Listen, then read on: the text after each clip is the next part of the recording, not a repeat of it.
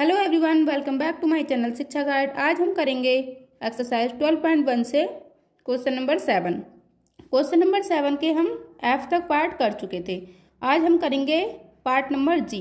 Part number जी में क्या है? पैरेललोग्राम। पैरेललोग्राम का हम डायग्राम बनाएंगे और हम क्या कर रहे थे, इसमें सिमेट्री लाइन की संख्या पता कर रहे थे कि कितनी नंबर ऑफ सिमेट्री लाइन हम ड्रॉ कर सकते हैं इस फिगर में बनाने के बाद। तो देख लेते हैं जी पार्ट इसका। इस तरह से हमने फिगर बना रखे हैं और इसको सॉल्व करके देखते हैं। पैरेललोग्राम में क्या होता है, इसकी आमने सामने की जो साइड्स होती हैं वो इक्वल होती हैं, है ना। तो ये इस साइड्स की इक्वल होगी और ये वाली साइड किसकी इक्वल होगी? अपने सामने वाली साइड की इक्वल होगी। अब इसमें आमने सामने के इसके जो एंगल्स होते हैं वो भी इक्वल होते हैं, ठीक है। तो ये वाला एंगल इसके इक्वल होगा और ये वाला एंगल इसके इक्वल होगा। लेकिन जब हम इसमें सिमेट्री लाइन अगर इस तरह से यहाँ से ड्रॉ करेंगे सिमेट्री लाइन, तो इस ये वाला जो पार्ट इधर का रहेगा वो कम्प्लीटली इसको ओवरलैप नहीं कर पाएगा, है ना। देखने से तो लग रहा है कि हाँ ये वाला पार्ट और इसको इक्वली में डिवाइड कर रहा है तो इसको ओवरलैप कर जाएगा, लेकिन ऐसा नहीं होगा। थोड़ा यहाँ से इस तरह से फोल्ड करके देखने पर, अगर अलग से बना रखा होगा कॉपी तो फोल्ड करके देखने पर कहीं ना कहीं ये वाला जो इसका वर्टेक्स है वो यहाँ पर आएगा, तो कम्प्लीटली इसको ओवरलैप नहीं कर पाएगा।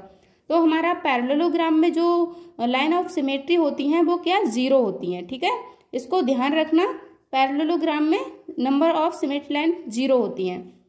नेक्स्ट हमारा है क्वाड्रिलेटरल। तो ये क्वाड्रिलेटरल यहाँ पे लिखा है, इसका मतलब है कि हमें सिर्फ 4 साइड से एक फिगर बनाना है जो हमारा क्वाड्रिलेटरल होगा, क्योंकि क्वाड्रिलेटरल में 4 साइड्स होती हैं। अब उसमें और कुछ कंडीशन नहीं दे रखी है, तो इसमें क्या होगा, ये जो हमारा अगर हम यहाँ से इसके वर्टेक्स से नंबर ऑफ सिमेट्री लाइन पता करेंगे तो ये वाला जो पार्ट होगा इस वाले पार्ट को कम्प्लीटली ओवरलैप नहीं कर पाएगा। इधर से इस वाले वर्टेक्स से करेंगे फिर भी नहीं, साइड बाई साइड करेंगे फिर भी नहीं। तो इसको क्या होगा, इसमें भी number of symmetry line zero होंगी। अगर जैसे क्वाड्रिलेटरल और कौन कौन आता है क्वाड्रिलेटरल में, हमारा रेक्टेंगल भी क्वाड्रिलेटरल में आता है, रोम्बस भी क्वाड्रिलेटरल में आता है, स्क्वायर भी क्वाड्रिलेटरल में आता है, लेकिन उसकी कुछ अलग प्रॉपर्टी होती है जिससे कि उसमें सिमेट्री लाइन ड्रॉ कर सकते हैं। लेकिन इसमें क्या है, अभी सिर्फ इसमें क्वाड्रिलेटरल दे रखा है।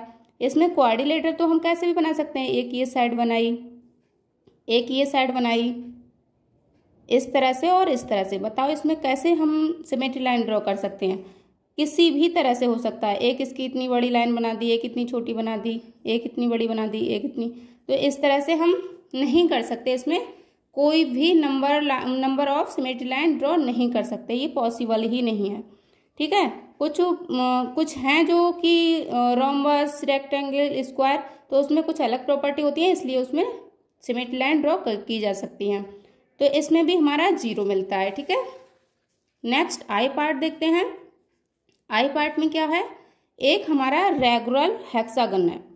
तो इसमें क्या होगा, एक होता है हेक्सागन। हेक्सागन का मतलब होता है इसमें कितनी साइड्स होंगी? 6 साइड्स होंगी, ठीक है। लेकिन इसमें रेगुलर लग जाने पर क्या होगा, इसकी हर एक साइड्स की लेंथ होगी वो इक्वल होगी, है ना, और जो इसके एंगल होंगे वो भी इक्वल होंगे। तो इसमें ये है सभी इसकी साइड्स इक्वल हैं और ये एक हेक्सागन है और सभी एंगल भी इसके इक्वल हैं। इसमें हम कितनी लाइन ऑफ सिमेट्री ड्रॉ कर सकते हैं देख लेते हैं। अगर हम इसके वर्टेक्स से देखते हैं, सबसे पहले वर्टेक्स से देखते हैं, तो यहाँ से अगर हम इसमें सिमेट्री लाइन ड्रॉ करें इस तरह से,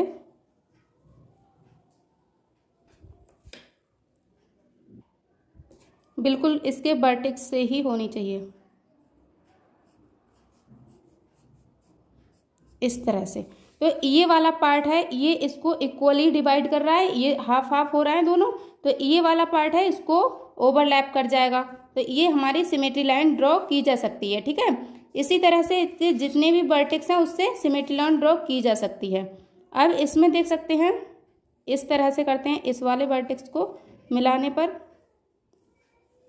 आमने सामने के वर्टेक्स से हम सिमेट्री लाइन ड्रॉ करेंगे इस तरह से। ये हमारी 3 सिमेट्री लाइन ड्रॉ हो चुकी हैं। अब देखते हैं कि इसमें और भी सिमेट्री लाइन ड्रॉ की जा सकती हैं। तो इसकी साइड से देखते हैं। अगर साइड का हम मिड पॉइंट लेंगे, यहाँ से इस तरह से, और सामने वाली साइड का मिड पॉइंट लेंगे। इससे हम एक सिमेट्री लाइन ड्रॉ करते हैं।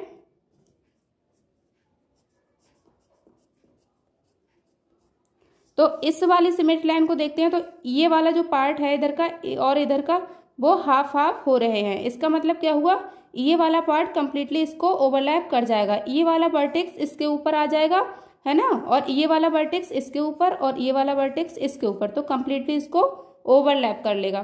तो जब हमने एक इसमें मिड पॉइंट मान के, एक साइड को मिड पॉइंट मान के उसके सामने वाली साइड के मिड पॉइंट से ज्वाइन करने पर सिमेट्री लाइन ड्रॉ की है, तो ऐसे ही हम और भी 2 सिमेट्री लाइन ड्रॉ कर सकते हैं इस तरह से। और इस वाली साइड से भी एक सिमेट्री लाइन ड्रॉ की जा सकती है। तो इसमें टोटल सिमेट्री लाइन कितनी हो गई, 6। 3 तो हमारी वर्टेक्स से हो गई और 3 साइड से हो गई, तो इसमें टोटल सिमेट्री लाइन हो जाएंगी 6। ठीक है, नेक्स्ट देखते हैं। नेक्स्ट है हमारा अ सर्कल। तो इसमें कितनी सिमेट्री लाइन, इसके जो सेंटर होगा उससे हमें सिमेट्री लाइन ड्रॉ करनी होंगी। अगर हमने इस वाले यहाँ से सेंटर से एक सिमेट्री लाइन ड्रॉ की तो ये कंप्लीटली इसको, इस वाले को ओवरलैप कर लेगा। ये वाला पार्ट अगर इसके ऊपर ऐसे करेंगे तो कंप्लीटली ओवरलैप कर जाएगा, क्योंकि ये हमारा क्या है, डायमीटर, और डायमीटर दोनों ही इक्वल पार्ट में डिवाइड करता है। तो इसी तरह से हम बहुत सारी इसमें सिमेट्री लाइन ड्रॉ कर सकते हैं, क्योंकि हर एक डायमीटर क्या होगा, 2 इक्वल पार्ट में ही डिवाइड करेगा। ये भी इसका डायमीटर हो गया, इसको करेंगे यहाँ से, ये भी इसका डायमीटर हो गया, तो सभी एक दूसरे को ओवरलैप कर लेंगे, है ना, इस तरह से। लेकिन ये सेंटर से ही होकर जानी चाहिए, ये इसमें कंडीशन है ना, इस तरह से। इसमें बहुत सारी लाइन ऑफ सिमेट्री ड्रॉ की जा सकती हैं। तो इसमें ऐसे ही और भी बहुत सारी सिमेट्री लाइन ड्रॉ कर सकते हैं। तो इसमें क्या होगा, हमारा आंसर इन्फिनिटली मैनी। इसमें बहुत सारी सिमेट्री लाइन ड्रॉ की जा सकती हैं जिसकी कोई काउंटिंग नहीं है। इन्फिनिटली मैनी, ठीक है, ये इसका आंसर हो जाएगा। चलिए मिलते हैं नेक्स्ट क्वेश्चन में। इसके सारे पार्ट हम कर चुके हैं और इसका क्वेश्चन नंबर 8 कराएंगे नेक्स्ट वीडियो में। चलिए मिलते हैं नेक्स्ट वीडियो में।